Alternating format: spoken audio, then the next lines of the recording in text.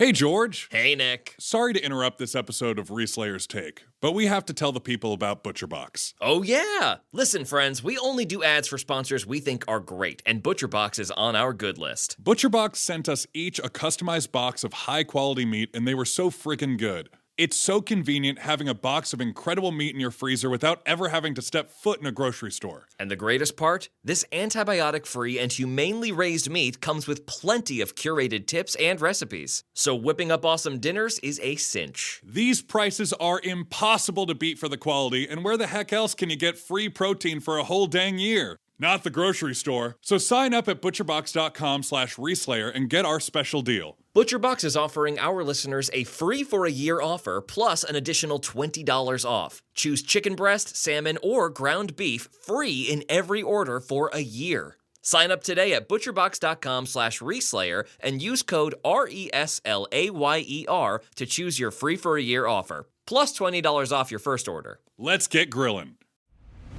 I'm Nick Friedman. I'm Lee Alec Murray. And I'm Leah President, and this is Crunchyroll Presents The Anime Effect. We are a new show breaking down the anime news, views, and shows you care about each and every week. I can't think of a better studio to bring something like this to life. And yeah, I agree. We're covering all the classics. if I don't know a lot about Godzilla, which I do, but I'm trying to pretend that I don't right Hold now. it in, hold it. And our current faves. Luffy must have his due. Tune in every week for the latest anime updates and possibly a few debates. Oof. I remember, what was that? Say what you're going to say and I'll circle back. You can listen to Crunchyroll Presents The Anime Effect every Friday wherever you get your podcasts, and watch full video episodes on Crunchyroll or the Crunchyroll YouTube channel.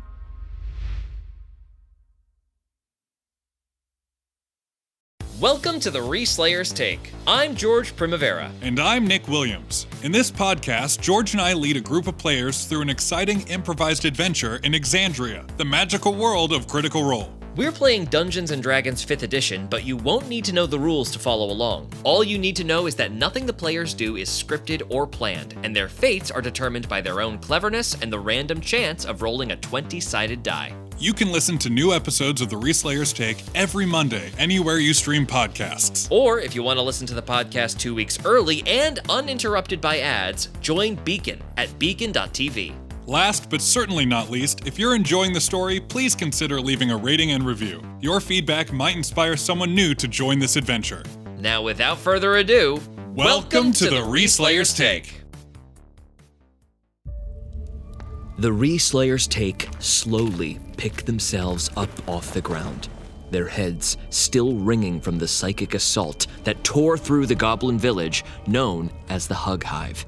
Dr. Freedom Windsong, still in the process of healing Timpani's mind inferno, stumbles out of the yurt.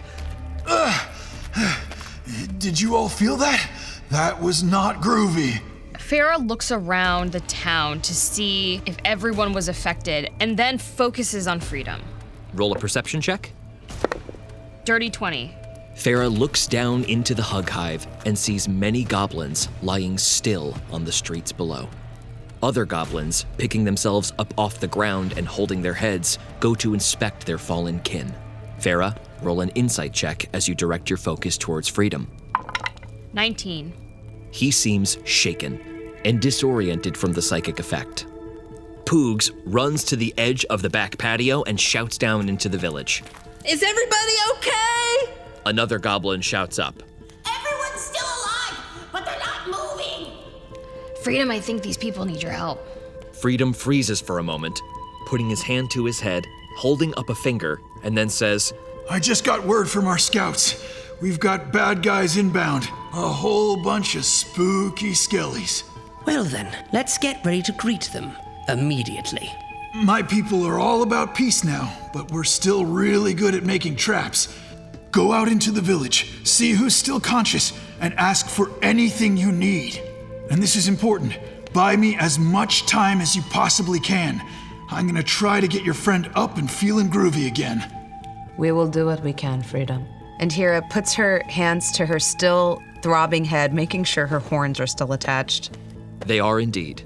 Freedom runs back into the yurt, and several of his attendants run out to you on the back patio area, holding a crate full of kombucha with a painted cupcake label on the side. Are these this gonna help us with our heads? Should take the pain away. Wow, great, I'll take one. One for each of you. It's the last of our stores. Oi! Oi, oi, oi! Oi, oi, oi, oi! Much gratitude! Oh, you're welcome! Frog tries to replicate the sounds between this goblin and Hira. Oi!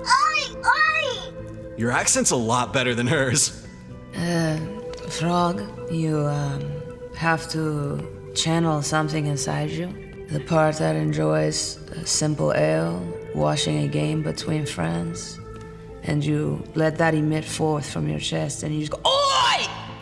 Try again. Okay. Oi! Is this the time for this?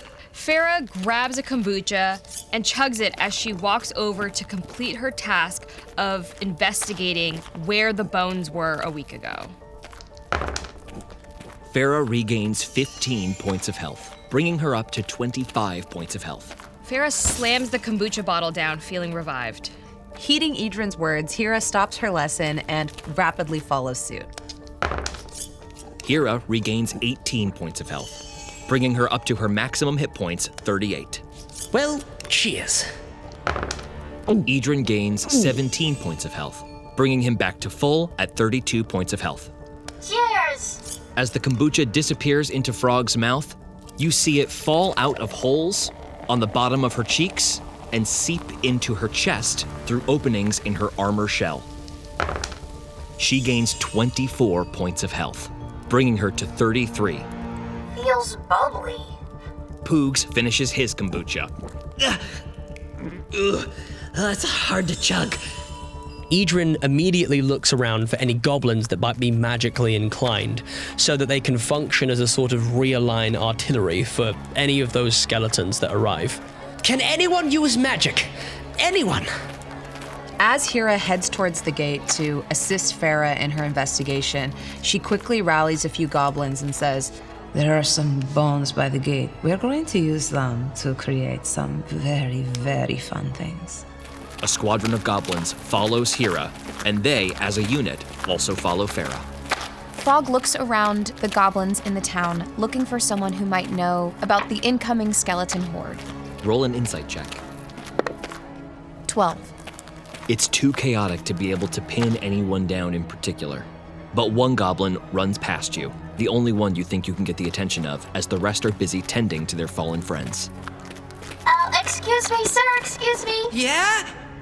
I was wondering if you might have any information about this incoming enemy. I think they're skeletons. There's skeletons? Guys, there's skeletons! Frantic whispers pass through the goblin crowd. Skeletons? Skatal said they're skeletons. Don't worry. I think because skeletons are basically just bones, they should be pretty easy to knock over. How can we knock them over? Let me think for a second. Cutting over to Farah and Hira, with about 10 goblins running behind them. Moving through the tunnel, you get to the sealed-off gate entrance of the Hug Hive. Farah looks at the spot where Poog said the bones were previously. She looks around for any signs of how these bones were taken, whether it be magical or not. Make an investigation check. Dirty 20. A couple of goblins give Farah a boost so she can look a little more closely at the ceiling hook that the skeleton was once hung on. And Farah, as you analyze it, you find a little bit of gooey residue on the hook. After Farah is lowered by the goblins, she turns to Hira. Looks like we got a marionette ghost here. Well, it's a good thing we're getting pretty good at dispatching ghosts. There is a boom from deep in the tunnel. Farah turns to the goblins that accompanied them. Is there any extra fortifications for this gate? Like, can you collapse it in, or are we just stuck if we do that? We could build something.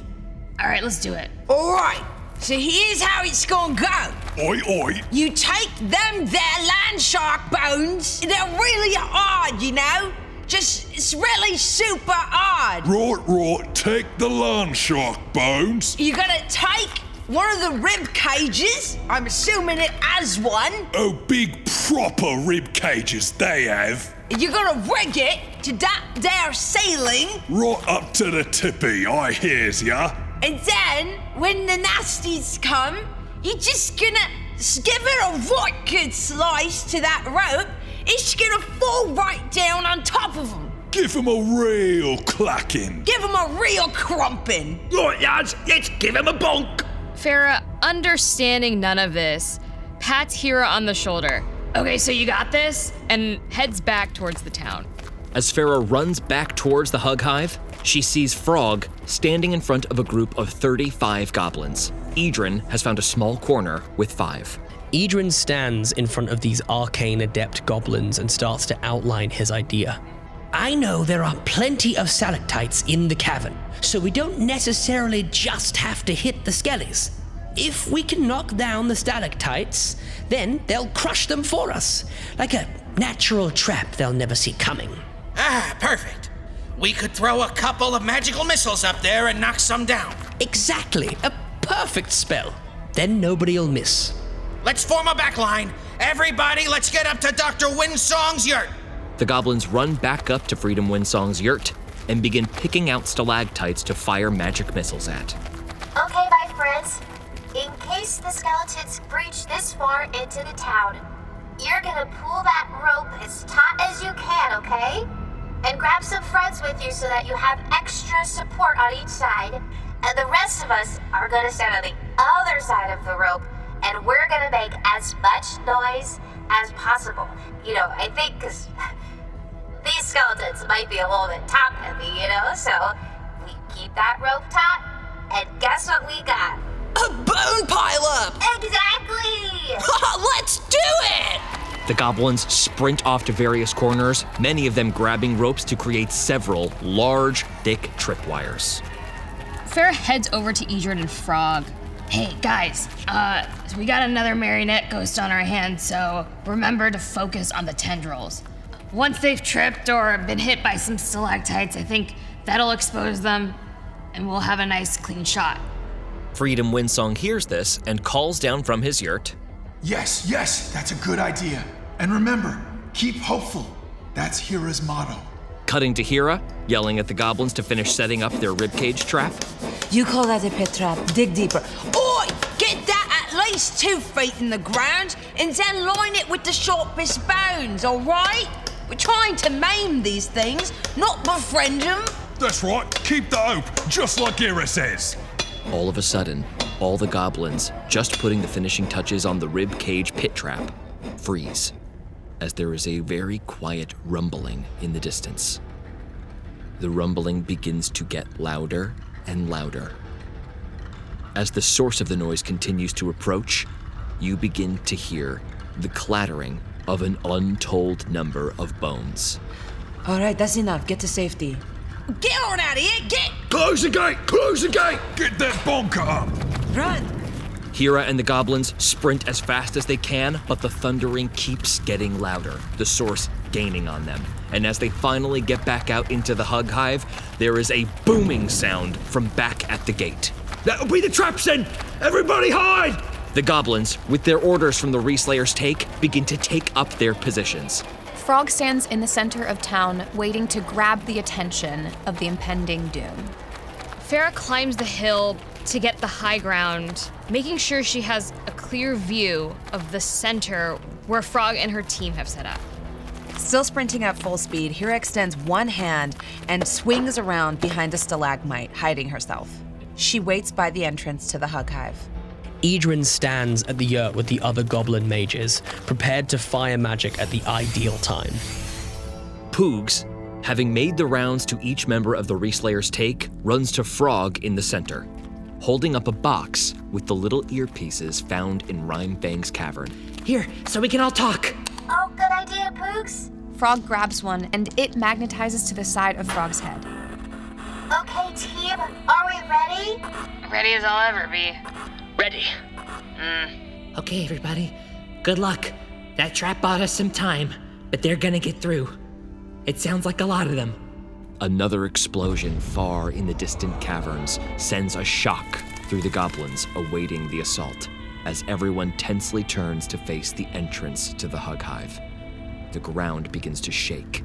Something, or a great many somethings, are rapidly approaching, Uh-oh! Here come the skellies! And then, illuminated by the lanterns at the entrance, pouring down the tunnel, are scores and scores of vine-covered skeletons, all with green, glowing eye sockets.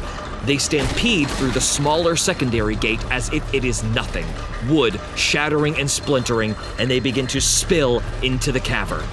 Okay, my friends. This is it. Let's make some noise. Okay. Over here! Look Over here, Stinky! The skeletons begin to rip towards Frog like a river unleashed through a dam.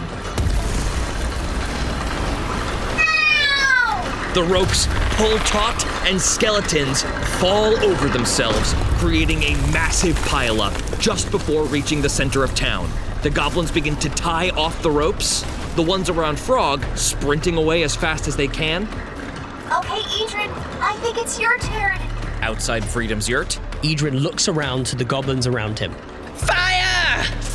upwards of 20 magical missiles fire at the ceiling, breaking large pieces of stalactite off, which crash into the skeleton horde, creating obstructions, slowing them even further. The skeletons are piling up at the entrance now, their push massively slowed. Seeing the piles and piles of bones start to stack up, Fair looks frantically around for the source of the tendrils. Roll a perception check. Dirty 20. Farah, looking onto the skeleton army that is falling over itself, you do indeed see skinny marionette tendrils at the center of each skeleton, but you do not see the source until something emerges from the entrance tunnel. A tangle of wretched branches that rolls past the low ceiling into the larger cavern. A rotting tree that stands on a cluster of thick roots, stepping thoughtlessly on skeletal minions as it shambles forward. One swing of an arm-like branch fells an adjacent yurt as it begins to destroy everything it sees, and at its center, amidst a crevice of the rotting wood, you see a pulsating green bulb, much like the one that Hira stabbed in Rhymefang's cavern, the source of many of the marionettes. And now for a brief intermission. Creating really great retail experiences is tough, especially with multiple stores, teams of staff, fulfillment centers, separate workflows. It's a lot.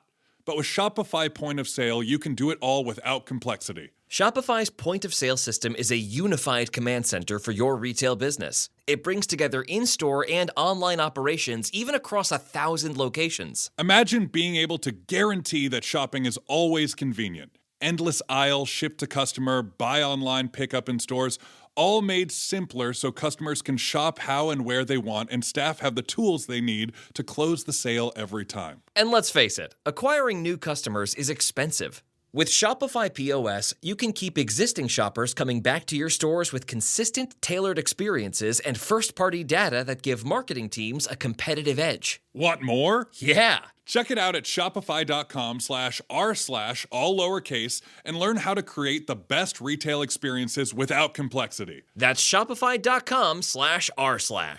Cha-ching! With the planning, recording, and editing that go into the Reslayer's Take, Nick and I aren't left with a lot of time for exercise. Luckily, our sponsor, Tonal, has helped us use the time we actually have to create personalized workouts just for us. Tonal learns from your movement and provides suggested weight recommendations for every move, and they even give you detailed reports on your progress. They create personalized programs and workout suggestions based on your individual goals. Like me, I want the rogue-like agility to backflip over dungeon traps. And I want the berserker strength to hold a heavy door up for my friends so they can escape the undead hordes thanks to my heroic sacrifice. With Tonal, you can do it all. It's like having a personal trainer at home with you. Unlike traditional gym equipment, Tonal uses adaptive digital weight to advance your training techniques. Whether you're a professional athlete or a cake-loving dungeon master like us, Tonal can be trusted to help you become your strongest, most fit self. Right now, Tonal is offering our listeners $200 off your Tonal purchase with promo code RESLAYER. That's Tonal.com and use promo code RESLAYER for $200 off your purchase. Tonal.com, promo code RESLAYER for $200 off. Let's roll those athletics checks. So, what's the mark? The Eye of Kithiska. From the world of Dragon Age comes a new tale. The Eye was crafted centuries ago by a powerful dreamer. Listen to me. You've been tricked. We have to put this back and leave. I'm sorry, but I won't let you pay for my mistakes.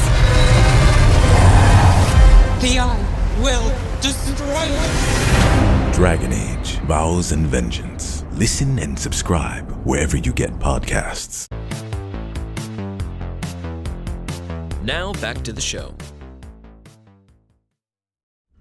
Hira, over there! She points at the green bulb at the center of this monster. Idrin looks at the hawk familiar on his shoulder. Let's go! I'm with you this time. And Idrin sends his hawk into the air and he follows, casting Fly on himself. The goblins around Idrin gasp as he takes off into the air. Idrin heads towards the center of the village, just so that he can get a hawk's eye view of the situation and communicate to his allies if anything changes. Emerging from the shadows, Hira pulls herself on top of the stalagmite and leaps from its point, in the direction of where Farah pointed out her target. Roll an acrobatics check. Nat 20. Hira leaps through the air over the heads of the charging skeletons, tucking her legs in to flip perfectly onto the shambling, rotted tree that stomps on its skeleton companions. Grabbing onto the tree's exterior, you are in a perfect spot to target the green bulb at the center of the tree's mass. Hira lifts up her rapier and plunges down. Roll an attack with advantage. 22. Hit. Roll damage. 24 points of damage. Hira, stabbing the vulnerable core of this tree, actually doubles that damage, dealing 48 piercing damage. The tree shifts as you stab its heart. Deuteronomus's words echoing in Hira's head about how trust is the most important part of an adventuring party. Hira activates her weapon's new innate power as she teleports up into the air, a much greater distance than usual, right to Idrin. And as she disappears, flames rocket out in all directions. The area that Hira teleports away from is engulfed in flame. The tree easily fails the dexterity saving throw. 13 fire damage. And Hira has found yet another vulnerability of the creature. This damage is doubled to 26 fire damage as the bark catches. Well, that's new. It looks severely weakened. Checking behind her to make sure her goblin allies are out of sight, Frog looks forward, feeling a tingle in her fists. The chain gloves on her hands glow with a magical light. She punches down into the dirt, leaving behind 4 motes of bright light. Come this way! And Frog moves backwards to lure them towards her. The light balls that Frog leaves behind appear different, spinning more rapidly in tightly molded clusters of radiance. Meanwhile, the shambling rot, still trying to pat the fire out on its form, in a rage, scrapes a massive branch along the ground, flinging skeletons up towards where Hira has appeared. Hira takes 15 bludgeoning damage as a clatter of bones hits her on her trajectory. Hira barrel rolls midair to avoid the worst of it, having the damage to 7 points. She is brought down to 31 points of health. The massive tree continues to lumber forward. Noticing that the fire has done a number on this creature, Farah focuses her energy on her spectral crossbow. Her veins glow, and she imparts a bit of her energy into it, taking 5 necrotic damage. She is brought down to 20 points of health. As Farah takes aim, she feels the newly endowed power given to her crossbow. She runs her hands along a line of runes and they glow. All right, let's give this a shot. She takes aim at the green center and fires a bolt wreathed in flame. 21. From this great distance, the shot should be almost impossible, but the spectral bolt is unhampered by wind resistance and seems to curve, seeking the spectral heart of this monster. And it impacts directly on the green bulb in the center. And as the bolt fires forward, a long spectral tendril, still connected to Farah's crossbow, extends behind it. It fails its strength save to stop the grapple, and the harpoon pulls taut as it impacts. 5 piercing damage, 4 fire damage. This damage is amplified, both because of the direct hit to the creature's heart and the fiery element of it, to 26 points of total damage. Freedom yells from the back yurt. Keep them back! I'm still healing your friend! And then there is a massive explosion to the side of the entrance as stone bursts forth. More skeletons pour out of different newly made holes, and 2 more shambling rots enter the fray. One appearing to be an amalgam of putrid mushrooms, leaving a trail of floating spores behind it, and another that rolls along the ground, taking the sludgy shape of wet moss, swallowing up debris into its form as it moves. Idrin flies directly above Frog so that he can be in the center of the village, and then he throws out a firebolt at the mushroom rot that just appeared. Roll an attack. 29. Hit, roll damage. 7 points of fire damage. The fire damage impacts on the mushroom's form, but it does not appear to catch like the tree does. The mushroom one is not weak to fire in the same way. I think they might all be different. If I remember right, when we were fighting those spore ghosts, I think they were weak to loud sound. Hira starts falling through the air 60 feet down into the horde of skeletons, but sees the tether from Farah's crossbow extended below her. Hira pulls out her spectral rapier, hoping it will find purchase on the ghostly tether. Roll a dexterity saving throw. 24. Using the flat of the spectral blade, Hira catches the tendril and begins to zipline along it, back towards the massive shambling tree. Hira uses the momentum to backflip once again with her rapier towards the heart of the shambling rot. Roll an attack. 15. The rapier disappears into the tree's crevice, but you do not find purchase on the heart. And the blade misses within the empty husk of the tree. Unable to teleport away, Hira instead uses her bonus action to hide herself amongst the tree's brambles. Roll a stealth check with disadvantage. 19. Hira jumps up into the tree's twisted branches atop it, but the shambling mound shifts in a way that would suggest it knows exactly where Hira is. Frog, the skeletons, picking themselves up off the ground, start finding their footing and begin to charge towards you en masse. Let's light them up! She pulls her fists together in a loud metallic boom. And as she does, those little motes of light, waiting like mines on the ground, explode in bursts of radiance, and skeletons fall to the earth useless as the marionette ghosts retract, burned by the exploding balls of light. The skeleton's advance is halted, as most of the front line is battered back. Frog eyes the mossy creature and cautiously makes her way towards it. The rotted tree attempts to pummel Hira trapped in its own branches. It wildly misses, dealing itself a point of damage, and then tries again to slam into Hira in its own tangle. And misses again, dealing itself another point of damage. Meanwhile, the mass of wet moss dashes towards Frog, rolling over itself to get next to her, while the mushroom creature begins to scale its way up to Freedom Windsong's yurt from a side angle, its spectral, ghostly, glowing eyes fixed firmly on Farah. Farah, a little unsure if this is the right move, grabs the cymbals from her back and starts making as much noise as possible. As Hira drops the crossbow, the tether to the tree disappears. Farah, make a performance check. 19.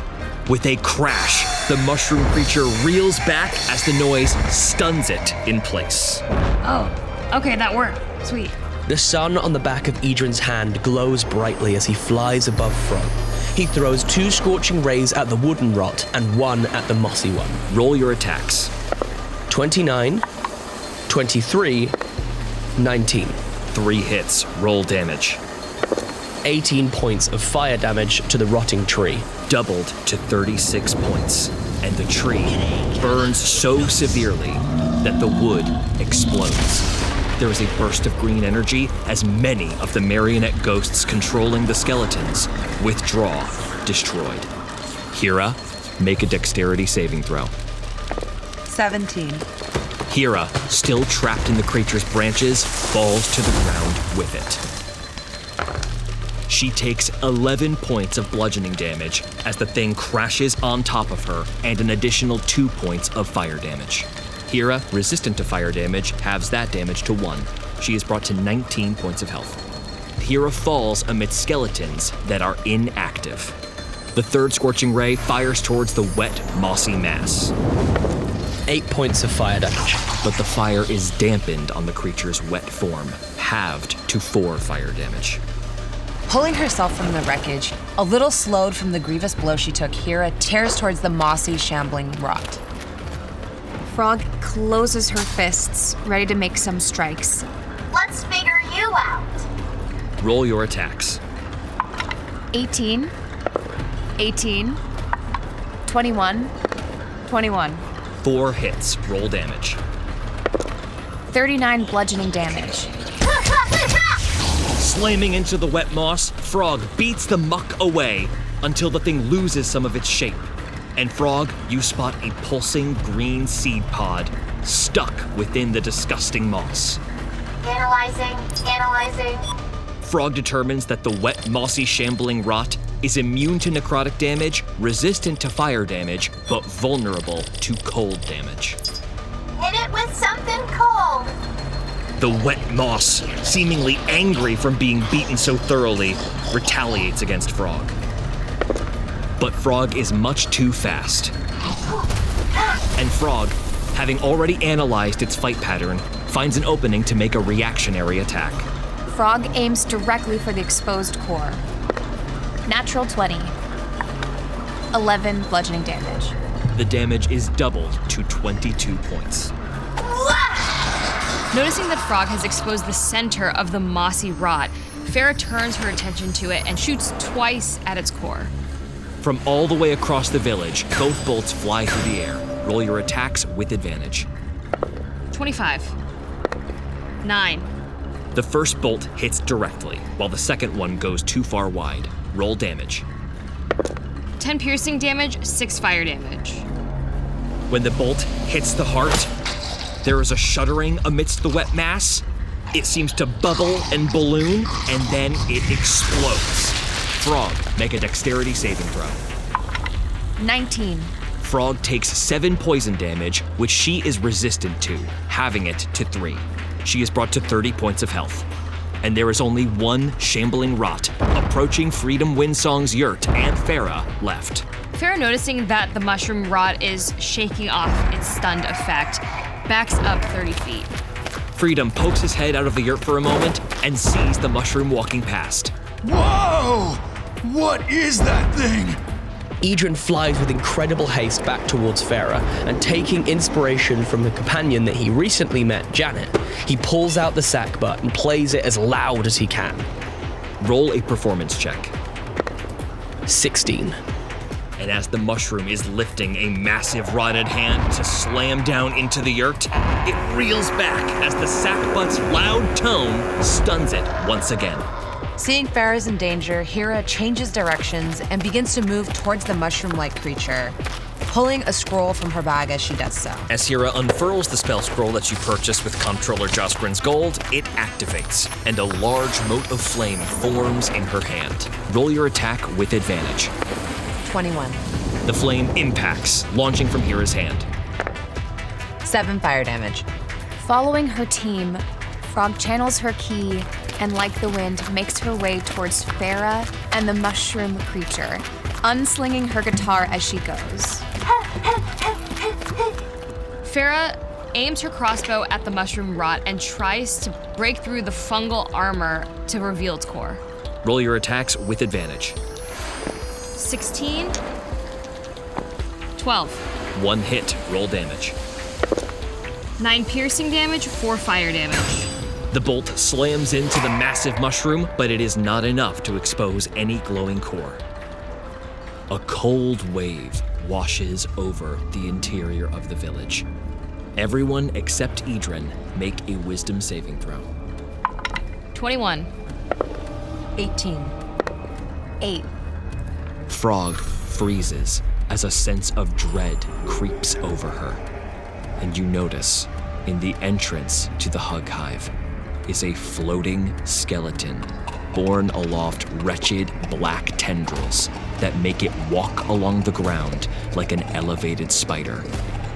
The skeleton of the Mind Flayer. A voice echoes along the cavern. I am rot incarnate, and ye are nothing but fodder for me to consume. Oh no, I think I recognize that one. Goblins! Retreat to the Bad Vibes bunker! Goblins, having hidden in various yurts around the village, begin to flee back down the cavern where the waterfall and the Cupcake Memorial lie. Idrin looks around the battlefield and takes a glance at his companions, but then he hears the sound of trepidation from Frog. He immediately flies down to Frog, clumsily slamming into her. And as Idrin approaches, you feel the fear leave your body. Idrin, oh, it's so good to see you. The beads around his wrists pulse. Idrin looks towards this skeletal abomination. Leave them alone! And Idrin throws a firebolt. Roll an attack. 23. Hit, roll damage. 14 points of fire damage. The fire causes the skeleton to be knocked back a bit, but the black tendrils beneath it lift it back up into place. No, I dunna think I will. Idrin, make an intelligence save. 24. A psychic assault launches itself towards Idrin. The beads light even brighter, and the energy seems to part like the Red Sea around Frog and Idrin. You'll have to do better than that. Hera tears towards the mushroom abomination on the hill, reaching it. The mushroom monster has shaken its stunned condition. Using her eye for detail, Hera examines the mushroom's body. Make an investigation check. 25. You see it gearing up for a large swing, exposing a weaker part of its form. Roll your attack with advantage. 15. Hit, roll damage. 18. As the rapier slashes outward, fungus peels apart to reveal a beating green core. Hera calls to Farah, shoot it again. Hera, make an intelligence save. Dirty 20. Hera resists the psychic assault directed at her as well. The beads forming a magical aura around her. Ye are nothing! Seeing that Hera has exposed the heart of this shambling rot, Frog leaps over the discarded bodies of all of the skeletons and shoves her way in front of Hera to strike out at the creature.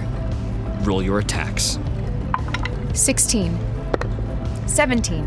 Frog punches into the mushroom's form, comes up on nothing, missing the heart.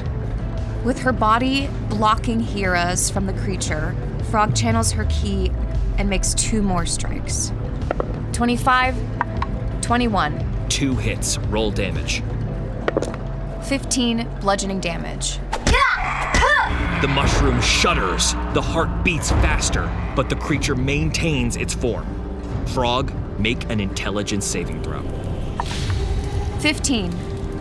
Frog, you take 11 psychic damage, bringing you down to 24 points of health as a searing pain tears through your mind. So you're the weak one. The mushroom, on its last legs, strikes down at Frog. The first strike whiffs, but the second slams into Frog's body. Frog takes 12 more points of bludgeoning damage, bringing her to 12 points of health. Farah takes aim at the heart of the mushroom rot and fires. Nat 20. 10 piercing damage, 9 fire damage. Doubled to 38 points of damage, and the mushroom creature twitches again, and then pops in a massive blast of fungal spores. Frog, make a Constitution saving throw. 7. Failure. You take 13 points of poison damage, halved to 6, bringing you down to 6 points of health. With all the shambling rots dispatched, the marionette ghosts dissipate, leaving lifeless skeletons about the destroyed Hug Hive. I got your back, Hera. Oh, dang, sorry, Frog. That's okay, Farah. Great shot. Now I get you all to myself. Farah turns to the Mind Flayer skeleton and shoots a second bolt at it. 13. The bolt goes just wide as the skeleton shifts a little bit to the side, and the black ghostly tentacles lift the Illithid's hand, which is holding a white, twisted wand. Frog, make a wisdom saving throw. 14. Your vision swims and gets extremely blurry as confusion racks your brain. Hira, make a wisdom saving throw as well. 11. And the same thing happens to you. My vision. The symbols on the back of Idrin's hand glow unexpectedly. In between his hands, a ball of black flame starts to grow as he throws a fireball at this Mind Flayer skeleton. It fails the dexterity saving throw, and the fireball impacts, dealing full damage. 21 points of fire damage. As the fireball impacts, the spectral tendrils begin to flicker, weakened. Hira, due to the confusion caused by the Illithid spell, you see that burning village from your vision, a crying Delphine in front of you. As images of your infernal self stare at you from the many shattered mirrors around, there is a burst of fiery light from the edge of town, and as you focus on it, you realize that the Illithid skeleton is wreathed in flame at the end of the road, as Idrin's fireball makes impact. For this turn, you may take your actions normally. Hira takes a knee behind one of the buildings burning in her illusion. To steady herself, she pulls out her heirloom horn, running her fingers along it, and as she does, the edge of one of the chains pricks her finger. Hira takes 1 point of damage, bringing her to 18 points of health, and at the end of her turn, she makes a wisdom saving throw with advantage, in an attempt to break the confusion. 18. To no avail. Sorry, lass. There's no escape for you. Frog, you find yourself once again back in the monastery, wrapped in chains, each of which is held by a monk of the Cobalt Soul. You're right where you belong. Frog stares blankly, her blue eyes dimming. Frog, make an intelligence saving throw. 9. In her illusion, the chains wrapping around her light up with crackling purple energy. Frog takes 14 points of psychic damage, and Frog, just outside of Freedom Windsong's yurt, pitches forward, her eyes going completely dark, falling unconscious. Frog, get up! Everyone snap out of it! Farah takes aim at the Mind Flayer skeleton and shoots twice. Roll your attacks. 23, 21. 2 hits, roll damage. 20 piercing damage, 3 fire damage. Farah, how do you want to do this? Farah, furious that this battle has taken such a dark turn, aims her crossbow straight at the Mind Flayer's head and fires 2 fiery crossbow bolts straight into its eyes. Where the skeleton floats in the air, there is a bursting of black, negative energy. The Illithid skeleton crumbles to the ground, but staying up in place is a black, warped, swirling of fungus and rot, rotating as fast as a cyclone. Gas emits from the form, blasting backwards, back towards the entrance of the Hug Hive, disappearing out the tunnel's entrance. It matters not. All will be made right at Dead Man's table. As it retreats, Farah takes focus of the swirling rot, trying to determine what kind of spectral being this is. Make an Arcana check. Nat 20. You watch a revenant of pure rot, made one with necrotic energy, disappear out of the cavern.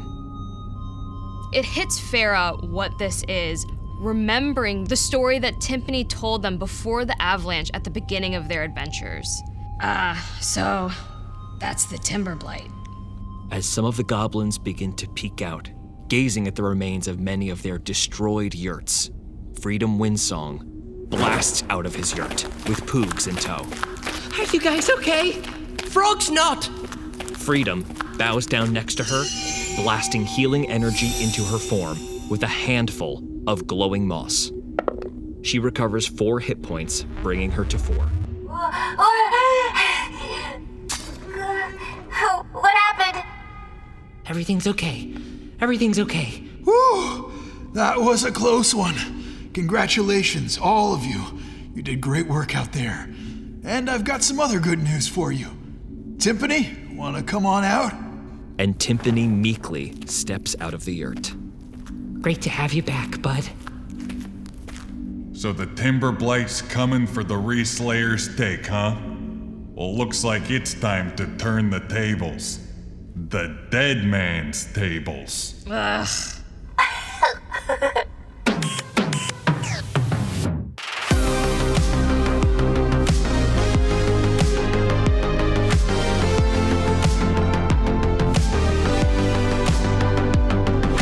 The Reslayer's Take is a Meta Pigeon production in partnership with and distributed by Critical Role Productions, developed in association with Hero Club. Game mastered and produced by George Primavera and Nick Williams. Featuring Nick Williams as Timpani Guff, George Primavera as Poogs, Jasmine Bhullar as Hira Agniheart, Jasmine Chiong as Farah, Jasper Cartwright as Idrin Shadowstep, and Caroline Lux as Frog. With special guest Sam Riegel as Freedom Windsong. Also featuring Jackie Emerson, Ryan Bowers, John Madison, Hannah Fagerbaki, and Matthew McCullum as the Goblins of the Hug Hive. Thanks for listening, and we'll see you next time.